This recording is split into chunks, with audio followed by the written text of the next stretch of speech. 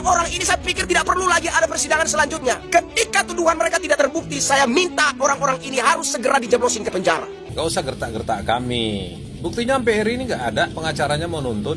Kalian Ternak Mulyono itu, betul-betul kalian itu, rasionalitas kalian itu gak jalan. Udahlah, gak usah kalian gertak-gertak, gak usah kalian gertak-gertak aktivis. Kalau mau tuntut, tuntut aja. Lebih bagus, segera tuntut. Satu bukti aja nggak pernah ditunjukkan ke media, mau pakai bukti lain. Itu menunjukkan kalau bukti yang utama itu sebenarnya nggak ada.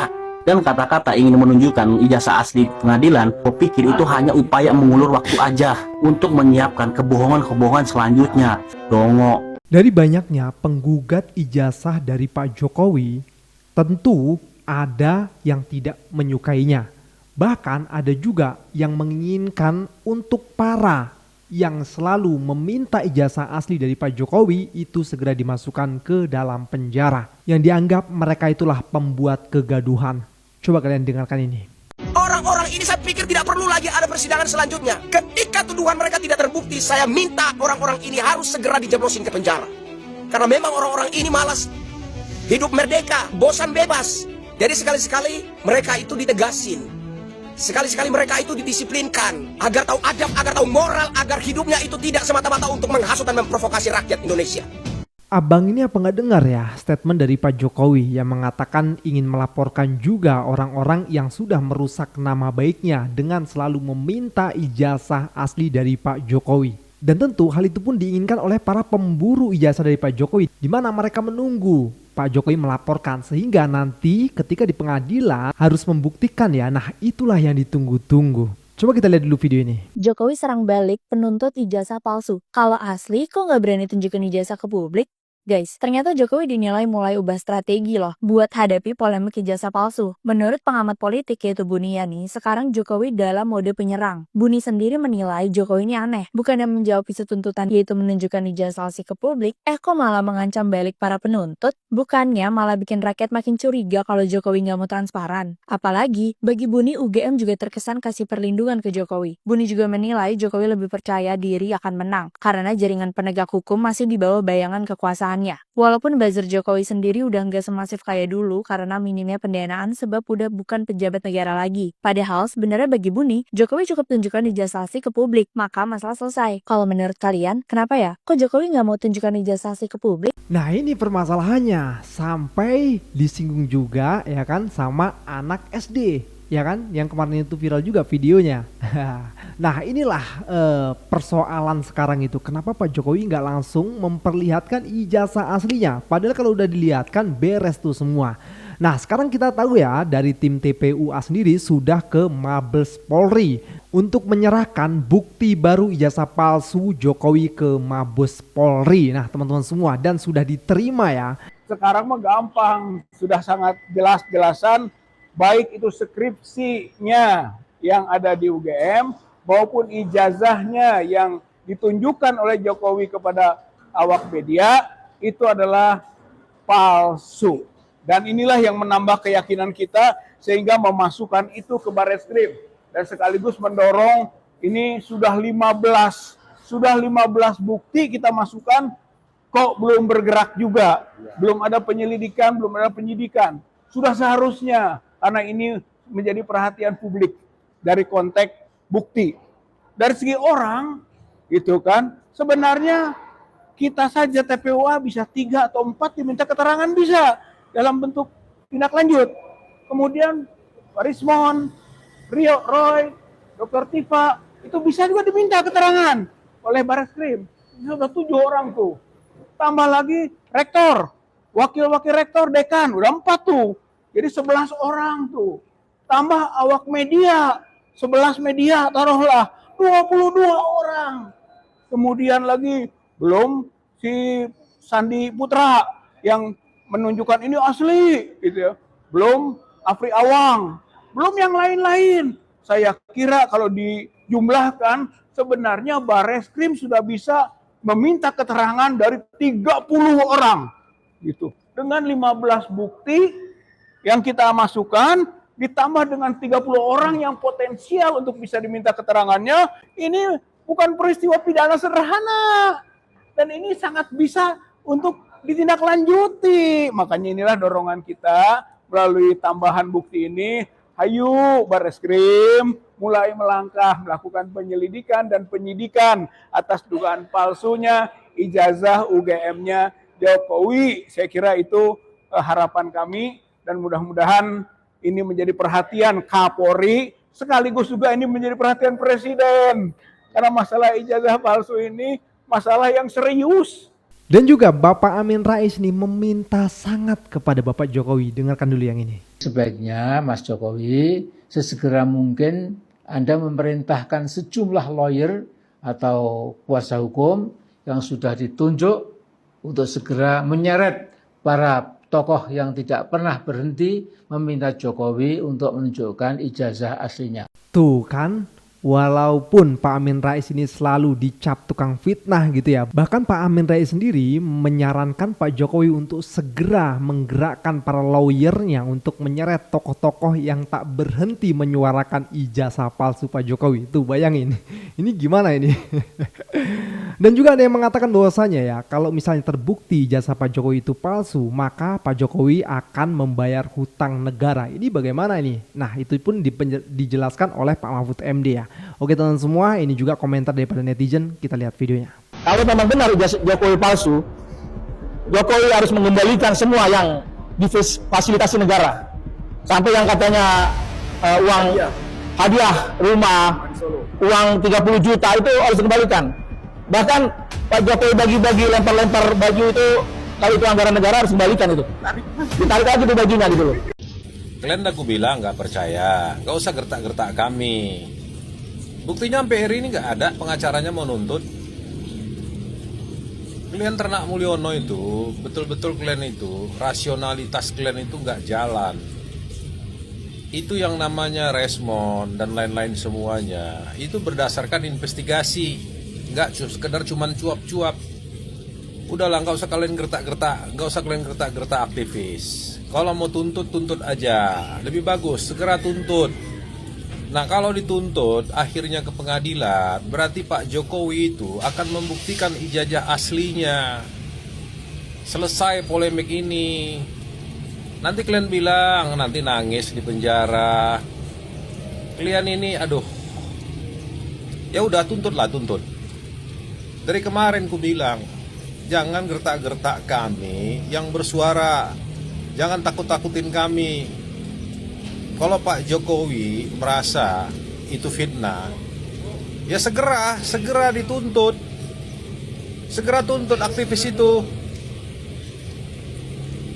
Apalagi, ini udah berapa hari coba? Udah berapa hari? Pakai rasional kalian, ternak-ternak. Ayo. Curiga nih dari awal nih. Udah curiga banget nih, ya.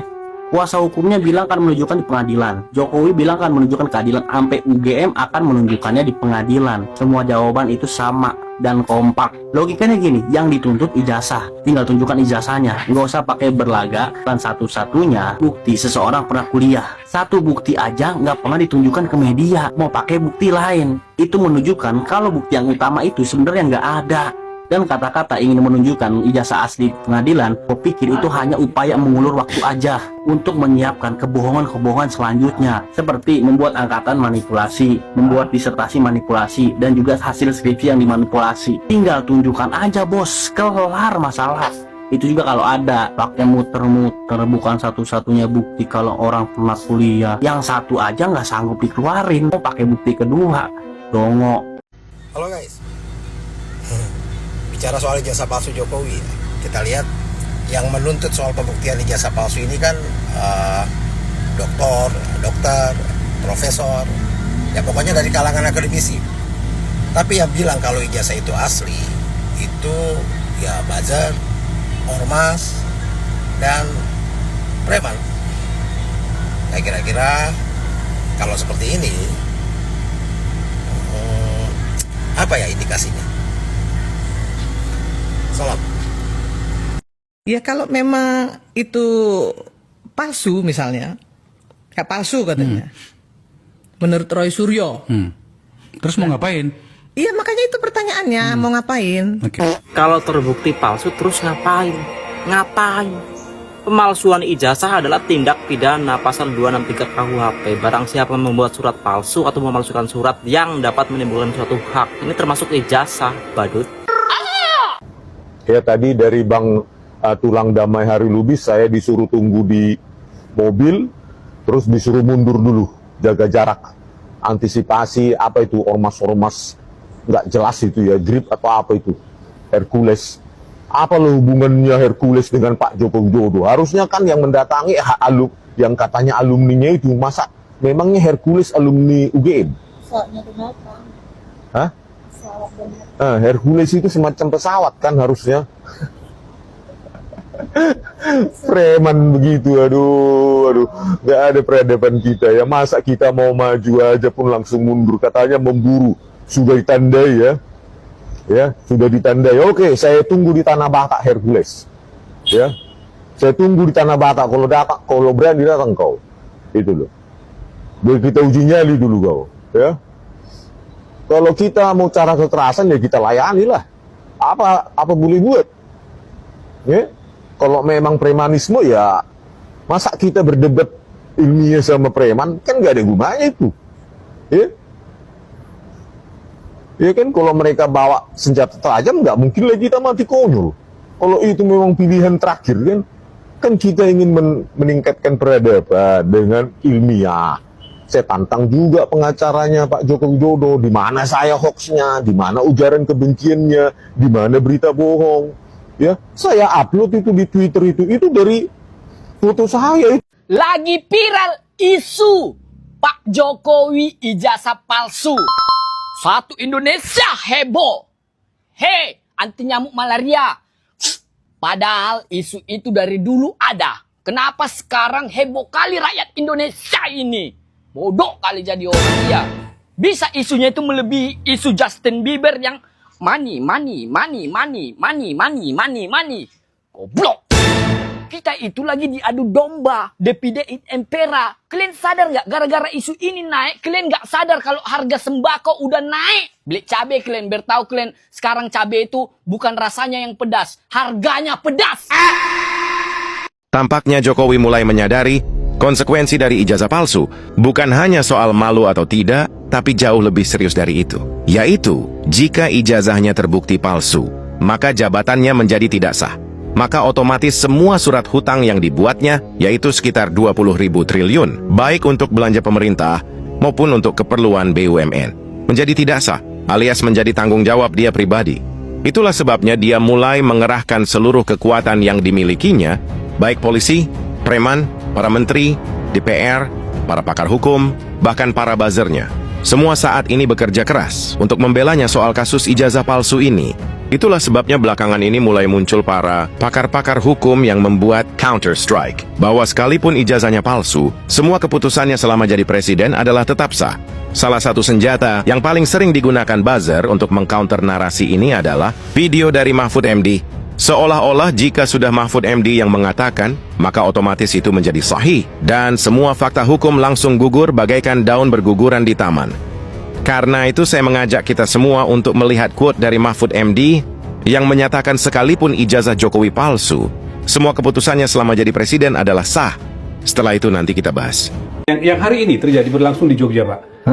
Beberapa orang mewakili kelompok tertentu mendatangi kampus UGM mempertanyakan ijazah Pak Jokowi. Apa komentar Pak Mahfud? UGM tidak perlu terlibat di urusan itu. Ya, tapi nanti kita bisa bahas. Karena UGM itu yang mengeluarkan ijazah, bukan yang memalsu ijazah.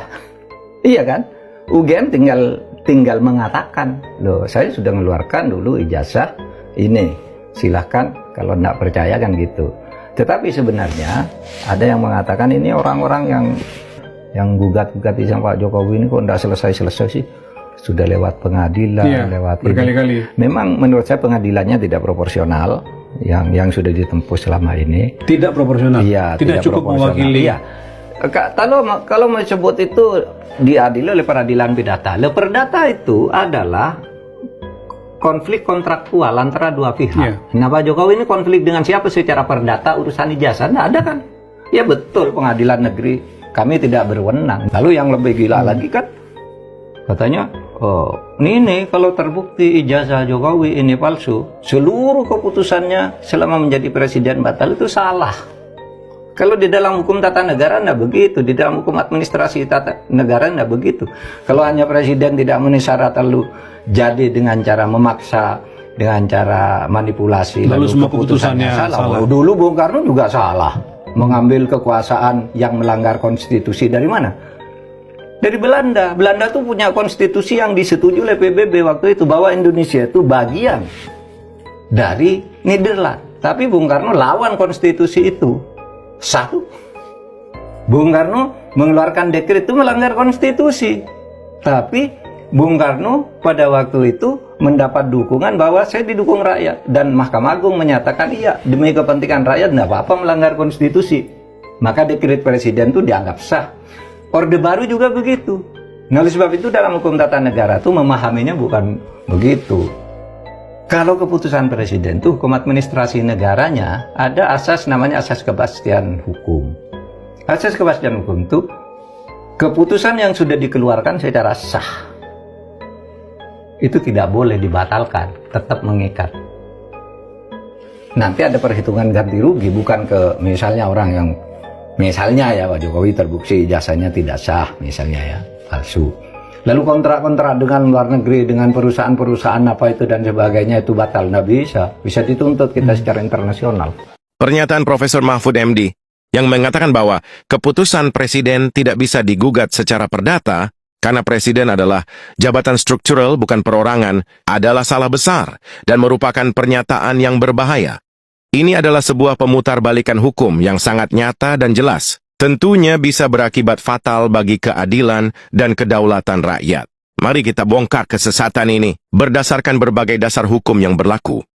Pertama, dalam hukum administrasi negara, kita tidak bisa begitu saja menerima klaim bahwa keputusan presiden selalu sah karena dia adalah pejabat negara.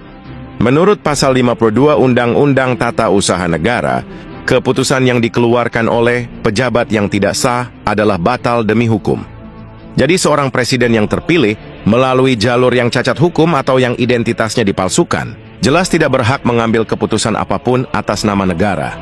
Keputusan tersebut tidak sah dan tidak mengikat siapapun termasuk rakyat. Jadi jika presiden yang tidak sah mengeluarkan kebijakan atau beban utang yang merugikan negara, maka itu jelas batal demi hukum. Pernyataan Profesor Mahfud yang menganggap keputusan presiden selalu sah karena status atau jabatannya adalah sebuah penyimpangan yang bertabrakan langsung dengan prinsip dasar hukum administrasi negara. Kita lanjut ke hukum pidana. Jika seorang pejabat negara bertindak dengan cara yang merugikan rakyat dan negara, maka dia berisiko dikenakan pidana penyalahgunaan kekuasaan. Tidak ada satupun alasan yang bisa membenarkan tindakan yang merugikan negara dan rakyat hanya karena posisi jabatan. Pasal 1365 KUH Perdata, siapapun yang menyebabkan kerugian kepada pihak lain wajib mengganti kerugian tersebut. Seorang presiden yang memaksakan keputusan dan menciptakan utang yang besar sehingga negara atau rakyat menanggung beban kerugian tersebut, maka tanggung jawab hukum pidananya tetap ada, terlebih-lebih jika kewenangannya ternyata tidak sah. Profesor Mahfud MD telah menutup mata dengan menyatakan bahwa keputusan presiden tak bisa digugat secara perdata. Padahal hukum pidana dan perdata tetap berlaku kepada siapapun, tidak peduli apapun posisi dan jabatannya.